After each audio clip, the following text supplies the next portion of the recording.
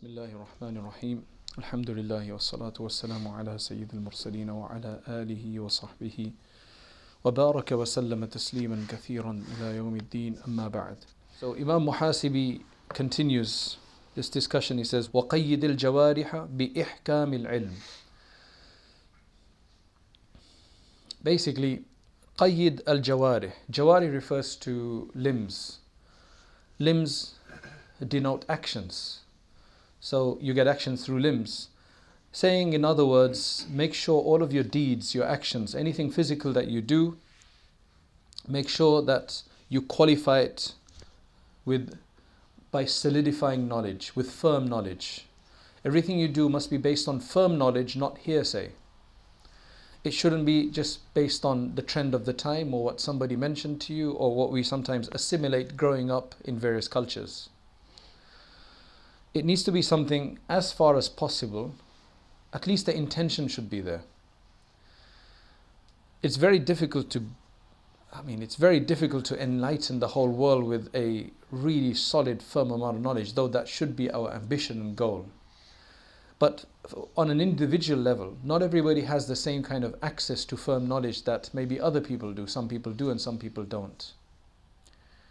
But the intention, at least we should start with the intention that I want to do whatever I do based on firm knowledge. You can't gain firm knowledge until you actually embark on wanting to study something. You can't expect just to carry on doing what we've been doing all of our life and expect to increase and to know more. If scholars who've studied for several years to do a certain training course, whether that be a Sharia course, whether that be an alim course, whether that be whatever kind of course, a BA course in an Islamic university, it doesn't matter. For the years that they were doing that course, they clearly increased in their knowledge. They clearly learnt something, they developed in that sense. Now, they've formed a basis, which is very helpful.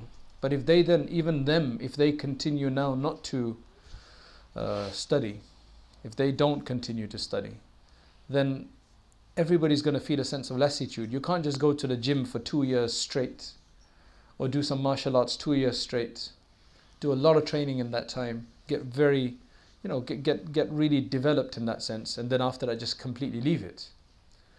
You're going to benefit because you've known it before. So clearly if you do run into trouble, or if you do run into where you need to use whatever your training was, you'll have some understanding, but you'll be out of practice. And with knowledge it's the same. Knowledge is the same. So can you imagine somebody who has never been in a gym and then he has to take on something? That's even going to be more difficult.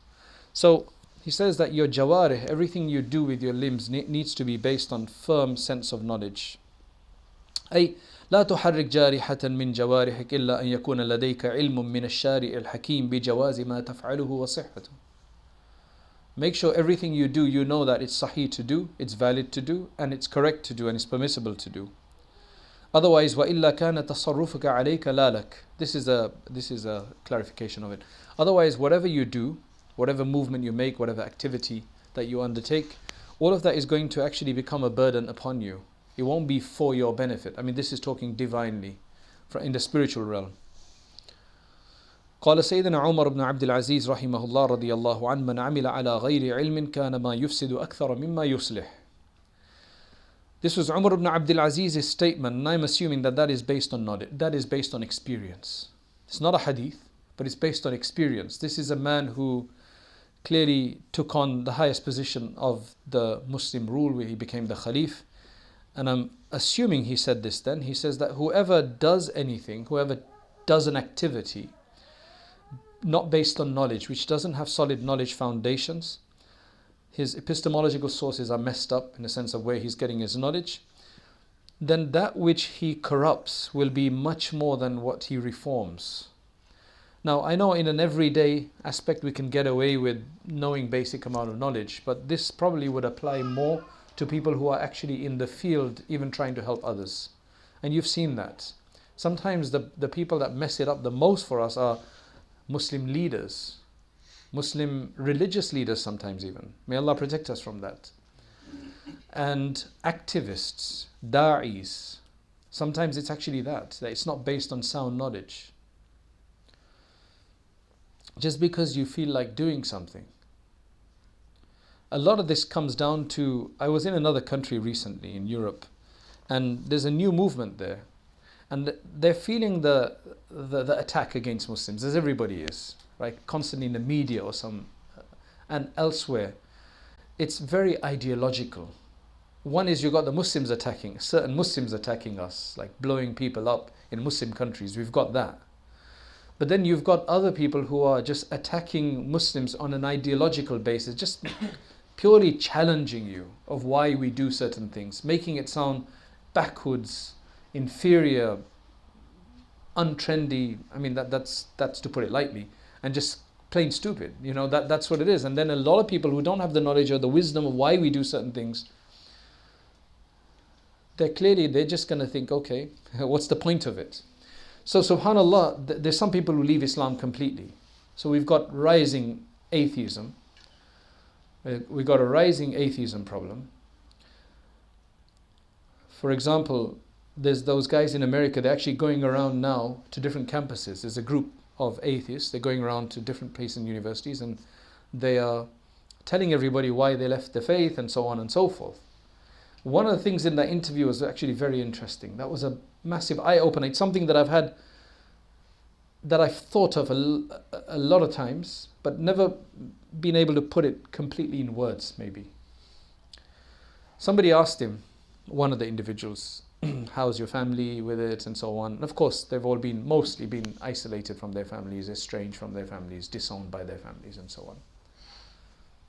So then the person said to him, wouldn't it be easier just to believe?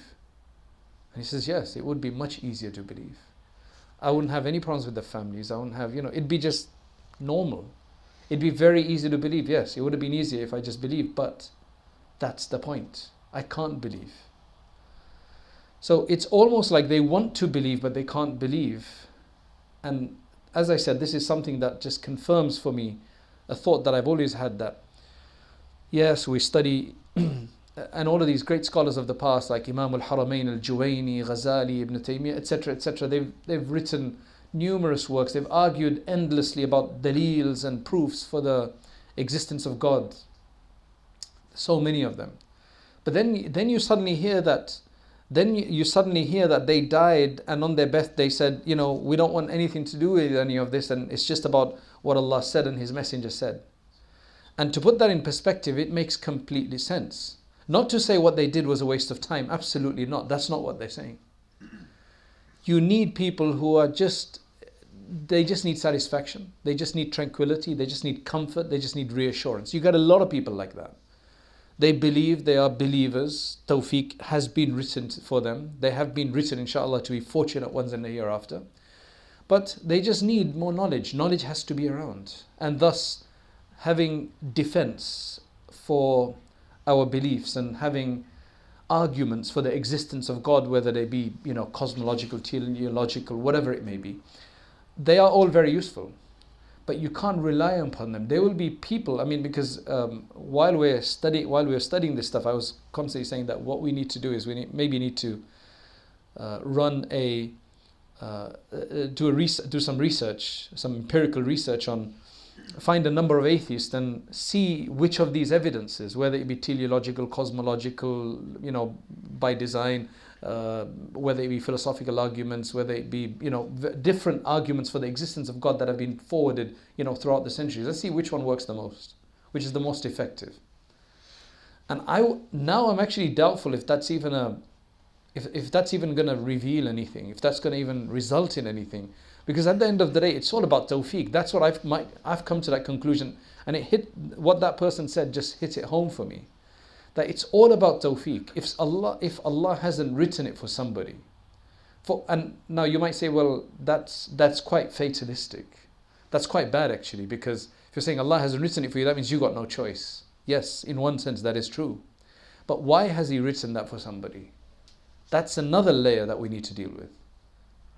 Why has it been written for somebody? Do you know that it's written for you, that you're not going to be fortunate? Nobody knows that, right? Nobody knows that.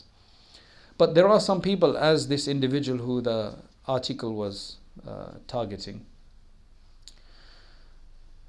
he clearly couldn't believe. And I'm sure there's many people who may have tried, right? There's a lot of people who probably tried to help him, but he couldn't be helped. A lot of the time it's actually based on certain actions that we've done in the past, based on certain things we may have said. It could be anything. That then just كَلَّا بَلْ رَانَ عَلَى قُلُوبِهِمْ, right? عَلَى قُلُوبِهِمْ غُلْفٌ. All of these things that Allah mentions in the Quran, they have to be there for a reason. Allah's got no reason to just tell somebody, I don't like you, just finish. He gives everybody a choice. We just don't know where that action is. That's why we have to just be very, very careful. So that was just one point on the side, and that's why I believe that anybody who constantly asks Allah subhanahu wa ta'ala for guidance, He can't misguide them. But if Allah has veiled somebody from asking Him, that's a bad sign. That's a massively bad sign. That's a real problem. If you can't even ask Him. At least if somebody's doubtful and they ask Allah, that would be helpful. Because Allah is not going to forsake anybody. Then he says, this is Imaam Muhasibi, says, وَرَاعِ هَمَّكَ بِمَعْرِفَةِ قُرْبِ اللَّهِ مِنْكَ. You should constantly be thinking about ri'ayah. Ri'ayah means to take care of something. You should constantly be thinking about and considering what is Allah's closeness to you?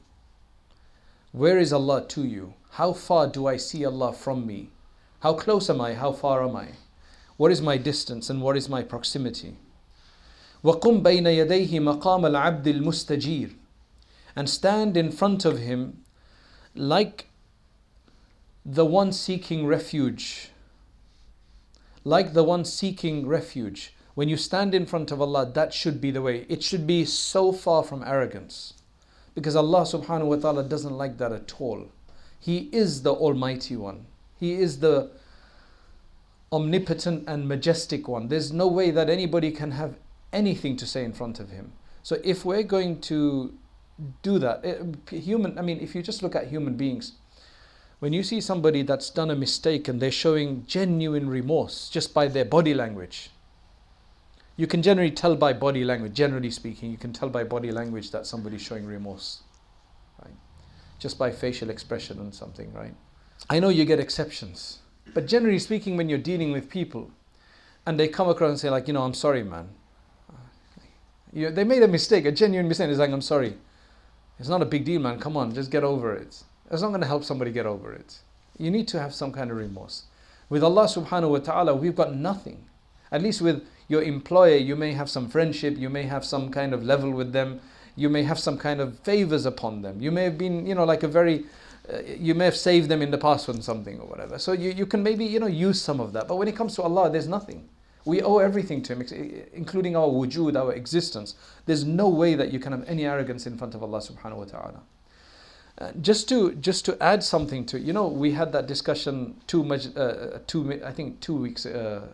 few weeks ago about how to deal with the over-sexualized world, right? The videos online now, anyway. But we spoke about how to deal with it, and we talked about those people who've been trying to just ask Allah to help them and to do certain worships and to do certain ibadat, but they're not changing their diet, they're not changing other things. There's another point in there which is very important. That if you're going to try to rely on your if you're going to try to rely on your worship and your ma'mulat, your adhkar, your regimen, to think that's going to help you, it's not going to help you. Because only Allah can help you. If you think that I'm just going to do lots of prayer and so on, that's going to help me, it's not going to help. Because even though a'mal are for the sake of Allah, they're not Allah. Allah wants people to connect to Him. A'mal are just an excuse for it. They're very important. But really what Allah wants is, He wants us to just break down and say, nothing is going to help me except you. Because Allah is so protectively jealous. He's ghayyur. He doesn't like it that you turn to anything but Him. Because at the end of the day, when you rely on adhkar, it's not because you're relying on adhkar because you're relying on Allah, it's because you think you're doing them so you should be protected. So you're actually relying on yourself. There's just so much difficulty, isn't there? Subhanallah. That's why the arifin are those who really understand Allah subhanahu wa ta'ala and how to do things for Him. So, always be considerate, or always consider your position with Allah, your closeness to Allah and His closeness to you, and then stand in front of Allah like the standing of a slave who is asking for refuge. So do everything that you have to do. Why do we raise our hands in prayer? Can Allah not hear us? Why do we even have to verbalize it? Can't He read our minds? Is any of this useful? Yes, because it shows a position. This is as far as we can do. That's why the scholars say if you really want your dua to be accepted, go and do a beautiful wudu. Go and take a bath, a shower. Go and put some nice clothing on, that you're really dressing for the occasion. And then put some perfume on. I mean, some people, they used to actually wash their mouth out or rinse their mouth out with rose water before they started doing salawat on Rasulullah sallallahu alaihi wasallam. Now, we might think that's an overkill. It's not necessary to do that, but that's just their personal thing, that I want to be in the best of states to do that. If I'm going to use mouthwash before I go to meet a client, why can't I put rose water in my mouth before I say salawat on Rasulullah sallallahu alaihi wasallam? When you love somebody, it'll teach you adab. It will teach you the etiquette of that particular kind of adab. So you wash, you put new clothing on, you face the qibla, because that's the qibla of salat. You make your face as though you're crying, you raise your hands. All of this is just to additionally to show Allah subhanahu wa ta'ala that we're trying to do as much as we can. Otherwise, you can just lie down and make all the du'as in your mind, but that's not the point of the dua and the words. Dua is a state. And that state is what's important. There is no doubt that you get into the right state and you show Allah everything that you can do. And then after that, He doesn't give you, that's impossible. Most of our du'as that we make, that are failed du'as as such, or at least in our minds, they failed du'as, is because we're probably not fulfilling the condition. It's a massive thing that we want, but we're just like asking casually, as though we ask for anything else. If that's a very special thing that we want, I can say that I don't think there's anything that I want that I've really asked for that I haven't got. Yes, there's things that I have asked for and I haven't got, and I know why. I don't think I'm serious enough about those. But if I really am serious about certain things, I don't think there's anything that I haven't been able to get. Reasonable, I mean, as long as you don't ask for some wacky things. Anyway, you have to be persistent. Then he says, if you do all of this, تَجِدْهُ رَؤُوفًا رَحِيمًا, you will find Him for sure compassionate and merciful. You will find Him for sure compassionate and merciful. There's no doubt about it. Because the Prophet ﷺ said, إِنَّ اللَّهَ عَزَّ وَجَلَّ يُنزِلُ الْعَبْدَ مِن نَفْسِهِ بِقَدْرِ مَنْزِلَتِهِ مِنْهُ. Allah subhanahu wa ta'ala treats a servant in himself at the same level that he treats Allah subhanahu wa ta'ala. At the same level as a person puts Allah subhanahu wa ta'ala, that's the same level Allah will reciprocate in vice versa. So if you think Allah is the only one who can help you and you genuinely express that, then Allah will come to your help. But if you've got a ton of people in between, you're just kind of asking Allah as a routine, then saying, okay, well, you've got those other guys in mind, let them deal with it for you. Come to me and I'll answer you. Ibn Kathir relates this story. It's one of those really interesting stories that in his tafsir, right? He relates this in his tafsir, where Allah, in Surah An-Naml, Allah subhanahu wa ta'ala says, أَمَّن يُجِيبُ الْمُضْطَرَّ إِذَا دَعَاهُ وَيَكْشِفُ السُّوءَ. Who is the one that responds to the one in great distress and need? Muttar, in the extreme level of need. Who is the one who responds to such a person when he calls out to him? وَيَكْشِفُ السُّوءَ, and removes all evil, removes all harm, removes all the trouble. So he relates from Al-Hafidh ibn Asakir, Al-Dimashqi. Actually, they were both Dimashqis. Ibn Kathir is Damascene as well. So is Ibn Asakir. He says, كان رجلا مكاريا على بغل له. A mukari, it comes in your fiqh books. Mukari is somebody who hires out his camel, who takes people on his camel, right? You know, like renting out cars. So he rents out his camel. A lot of the time, they wouldn't just give you the camel, because this would be long distances that actually come with you, right? They'd walk with the camel. So this was actually not a camel, this was a mule that he was using. In this case, this was a mule that he was using, a mukari. Right? That's where we get the word kiraya. Right? So you get a mukri and you get a mustakri. So يركب الناس على بغل له للسفر بالأجرة. So his route was Damascus to Zabadani. I think Zabadani is probably I think it's probably part of Greater Damascus right now, from what I recall. But it's an outskirts of Damascus. So Damascus main town, main center of the city, and then you got the outside. So that was his route, right? As he takes passengers, and on this one particular day, a passenger got on. He says that as we were going in this direction, there was a fork in the road.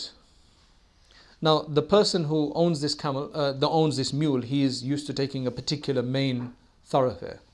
But there's another road which he doesn't know too much about. But this man says to him, take this way. So he says, the owner said, I have no experience with that road. I don't know. I have never been in that road. I don't know what that road is. So he says, no, it's much closer. It's a shortcut. It's a shortcut. So the person, okay, fine. If it's a shortcut, good for me as well. Good for him. Let's go. So فَسَلَكْنَاهَا. He says, eventually we ended up in this very, very desolate area. It was actually a valley. And suddenly I see, as I turn around the corner or whatever it was, I see numerous corpses lying there. So the person said to him, just hold on to the camel, hold on to the mule until I get off. He got off and he got ready, put his clothing together, and then suddenly pulled out a knife and ran to attack me. And he says, this person ran, the camel owner, he runs away. He's following him, and I'm swearing by Allah to him, and I'm saying to him, look, take the mule and everything that's on it, right? Take the mule and everything on it, just let me go. And this attacker, this person who traveled with him, he's saying, that's mine anyway. Now that's mine anyway. I'm going to kill you. That's what I'm here for. The mule's mine regardless. I tried to make him fear Allah, ittaqillah, whatever it is that he said, that Allah will punish you if you do this. He wouldn't accept. He was completely bent on attacking him. Finally, I really pleaded with him, and I said to him, okay, fine, if you're not going to let me off, then let me just do my last 2 rak'ahs. Let me just do my last 2 rak'ahs. So after all that, the person probably said, he says, okay, لَكَ ذَلِكَ وَعَجِّلْ. If you're going to do that, go ahead, do it, but hurry up. He thought, this is done, okay, give him 2 rak'ahs, no problem. But hurry up. So I started praying. He said, I started my prayer and I've forgotten all my Quran. I couldn't think of anything to read. Subhanallah. فَلَمْ يَحْضُرْنِي مِنْهُ حَرْفٌ وَاحِدٌ. Not even a single word. I just didn't know what to read. But I just stood there in this state of hayran, in this state of just fright. And he's telling me, Hayya ufrug, hurry up, finish off. Then suddenly Allah subhanahu wa ta'ala caused my mouth, He caused the following words to be read. أَمَّن يُجِيبُ الْمُضْطَرَّ إِذَا دَعَاهُ وَيَكْشِفُ السُّوءَ. I read those verses, and suddenly in front of me, I know this sounds a bit mythical, but I'm taking it from a great source. So, right, this is Ibn Kathir relating this. And he says, suddenly there is a cavalryman, a man on a horse, the shining knight in armor, as our stories would put it, right? The shining knight. He's coming from the mouth of the valley, and he has a spear, and he basically throws the spear at this murderer, and the person falls down immediately. I just go and embrace this individual, this person with the spear, and I said, Billahi man ant, who are you? By Allah, who are you? He said, Ana abd. Ana abd. I'm just a servant of Allah, I'm a slave of Allah. Man yujibul muttarra idha da'a. I am the servant who responds to the person in great stress and need when he calls on to him. وَيَكْشِفُ السُّوء. He says, I took hold of my mule and whatever I had laden on it, and I returned. Subhana man yujir wa la yujar alayh. Now this was a literal response to this prayer. Amma yujibul muttarra idha da'a. This was literal response. Allah doesn't have to give us a literal response. You may not have a shining knight with in armor, in shining armor around the corner for you each time. But there's numerous stories like this that have happened in different ways. It doesn't have to be a person with a spear, it could be anything. Allah will help us. That's the main thing. The hadith which I reported earlier, that Allah subhanahu wa ta'ala, He treats a person according to the way Allah is in that person's sight.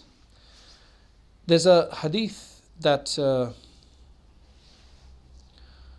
is related from Jabir radiallahu anhu, that Rasulullah sallallahu alaihi wasallam said that Allah subhanahu wa ta'ala has a group of angels. Inna lillahi saraya min al-malaika. Allah has these expeditions of angels. Tahillu wa taqif, that come and alight and then stand ala majalis al-dhikri fil ard, upon the gatherings of dhikr. This is, they come and they stay around the gatherings of dhikr fil ard. And then at the end of that hadith, it's related in Targhib al-Tarhib, Ibn Abi Dunya, Abu Ya'la, Bazzar, Tabarani, Bayhaqi, Hakim, etc. They say, and this is Sahih al-Isnad, at the end of that narration, it says that Allah subhanahu wa ta'ala, He places a servant. Allah subhanahu wa ta'ala places a servant in his position, based on, in whatever position the servant places Allah subhanahu wa ta'ala. He then just finalizes this by saying, وَذَلِكَ عَلَى قَدْرِ الْخَشْيَةِ لِلَّهِ وَالْعِلْمِ بِهِ وَالْمَعْرِفَةِ لَهِ. This is all based on the level of fear that he has for Allah, the level of knowledge that he has about Allah, and his awareness of Allah subhanahu wa ta'ala. That is how much Allah subhanahu wa ta'ala will have. So there is absolutely no harm. In fact, there is huge benefit in the more that you learn about Allah subhanahu wa ta'ala. Because the more you learn about Allah subhanahu wa ta'ala, it cannot stop having its benefits. If scholars have said that even taking Allah's name in vain, like just saying, Allahu Alam, people say that without even thinking about Allah. It's just an expression. Right? People say, Alhamdulillah. How are you, Alhamdulillah? Like, do you mean Alhamdulillah? People say that, right? Subhanallah ya akhi, what do you do? Wallah, yalla, yalla, right? All of these are just casual statements that people make. We're probably not even thinking about Allah because they become figures of speech. But scholars like Ghazali, etc., they say that even taking Allah's name without any kind of concentration has its benefits. So if that is the case, then learning about Allah subhanahu wa ta'ala, it's a praiseworthy deed on its own. Reading the Quran, just learning more about Allah through ahadith, just various different things, just bringing Allah in the picture, because that is what Allah wants from us. A person in the corporate world, right, who is constantly thinking about the business, because that's what they want. They want to create this culture of you belonging. They want you to belong. So they want you to wear your company's attire. They want you to think about them. They want you to carry their phones and so on and so forth. And the most productive out of them is the one who's always thinking about his company. Right? And some very successful ones like Google have managed to really, get that, because they've got a lot of money, to create that environment for you and make you really feel a sense of belonging. Allah wants us to feel a sense of belonging to Him. So the more we learn about Him, it can't be devoid of not benefiting us. It has to benefit us. It's so important to do things on knowledge, and there is so ignorance. Yesterday, just to quickly, I'm not going to talk about this in detail. Some other time I'll talk about this in detail of how to avoid these problems. But I dealt with a case where you've got a big family of maybe, 8 brothers or something. 8 or 9 brothers and sisters. So you've got this case of 8 brothers, And remember, this is just going to increase. As our second generation, as our first generation starts to leave, and they've already started leaving, but especially then the second generation, because mashallah, Muslims own a lot now. Their investments have increased a huge amount, and they're quite settled in the communities. So they have a lot of assets. People are dying. And if people do not sort out their assets before they die, or give solid guidance about it, it causes whole families to disintegrate afterwards. And it's so sad when you see that happen. These are brothers and sisters, and I'm telling them, okay, this is a difference of opinion about £100,000 about somebody's house. He's saying the father sold it to me for 250, and when I tried to pay him to get a mortgage, he said, look, don't get it right now, I don't need it right now, I'll do it later. And then after that, he didn't make a move. It's been about 10 years, he hasn't made a move to pay, right? Now that the father has passed away, the other brothers are saying that he didn't sell it to you, he offered it to you, you never made a move to accept it. Now the argument from a Shari'i perspective is that, did he sell it to him or not? So if I've sold you something, you've agreed to buy it, like you've bought it, but you just need to pay me now, and you don't pay me for 10 years, that product is yours, I have to just chase you for the money. But the product is yours. If it was, you can take it for this much if you give me the money, and you didn't give me the money, so we didn't actually do a deal then. The contract wasn't signed as such. It doesn't have to be signed in terms of actually signed, as long as the offer and acceptance is done. So that's the argument. The majority are saying that there was no deal, it was an offer. He's saying there was a deal, I just didn't pay it. So I'm telling you, you were a bit silly, weren't you? You had all of these hawks on you, and you should have expected it, you should have preempted that. Shouldn't you have made some movement, even giving your dad £10,000 as a token payment to say, okay, I've solidified the deal. You haven't paid a penny, and you've been in there for all of these years. But then how can you resolve something like that? So I was just trying to tell him, look, you just offer more, because now that house is not worth 250 anymore, it's worth 500 and something, or 470. So they want market value for that house now, the rest of the brothers. He's saying, no, it was 250, that's what I'm going to pay. But he had no movement to pay 250 either until now. So I'm saying, you need to go up, they need to come down a bit maybe, just so that at least your family can stay intact. You got children, they've got uncles basically within each other. It's a massive problem, and this is not isolated. And I would probably blame the father, because he seemed to have given mixed messages. He was telling that particular son that it's kind of yours or whatever, and he was telling his wife that make sure he gets it, according to what they're saying, by the way. The others that are saying that, oh, he's been ducking and diving, I can't get through to him, he doesn't pay or whatever. So these guys are saying their father's saying this. He's saying that his father was saying something else, the mother's saying something else. How do you resolve that? And the poor man's dead now. Allah protect him. It's just a really bad case. The more assets you have, the more liability you're going to have. So if you have more assets, make sure you hire somebody to sort it out for you before you die. Because it's a massive problem. اللهم صل على سيدنا محمد وعلى آل سيدنا محمد وبارك وسلم سبحان الله العلي الأعلى الوهاب اللهم اغفر لنا وارحمنا وعافنا واهدنا وارزقنا اللهم اهدنا واهد بنا واجعلنا هداة لمن اهتدى اللهم إنا نسألك العفو والعافية في الدين والدنيا والآخرة. Oh Allah, we ask you for your mercy. Oh Allah, we ask you for your compassion. Oh Allah, we ask you for your forbearance. We ask you for your guidance. Oh Allah, guide us. Oh Allah, illuminate our hearts. Oh Allah, make us close to you. Oh Allah, make us the way you want us to be. Oh Allah, we ask that you grant us the blessings of the adhkar that we have made. Oh Allah, you accept this gathering of ours. Oh Allah, you accept this gathering of ours. Oh Allah, we can only ask you for this acceptance. Oh Allah, we ask that you grant us all a sincerity. Oh Allah, this Sunday morning that we have gathered here, oh Allah, we ask you for acceptance from this, to make this a source of light for the rest of our days. Oh Allah, a source of closeness to you. Oh Allah, we ask you to protect us from all of the evils that are out there. Oh Allah, give us guidance and give us light in our hearts. O Allah, allow us to understand that which is right and to accept it. And O Allah, remove all doubts and shubuhat from our hearts. O Allah, remove all doubts or all forms of doubts, O Allah, and darknesses. O Allah, remove them from our hearts. O Allah, grant us beneficial knowledge. Illuminate us with beneficial knowledge. O Allah, grant us your gnosis. Grant us your ma'rifah. O Allah, make us of those who have been written to be fortunate in the hereafter. Make our deeds conducive to that. Facilitate our deeds for your path. O Allah, grant us good company, good surrounding. O Allah, remove the difficulties that we may be having in our life. Make our surroundings conducive. O Allah, grant us your love and the love of those who love you.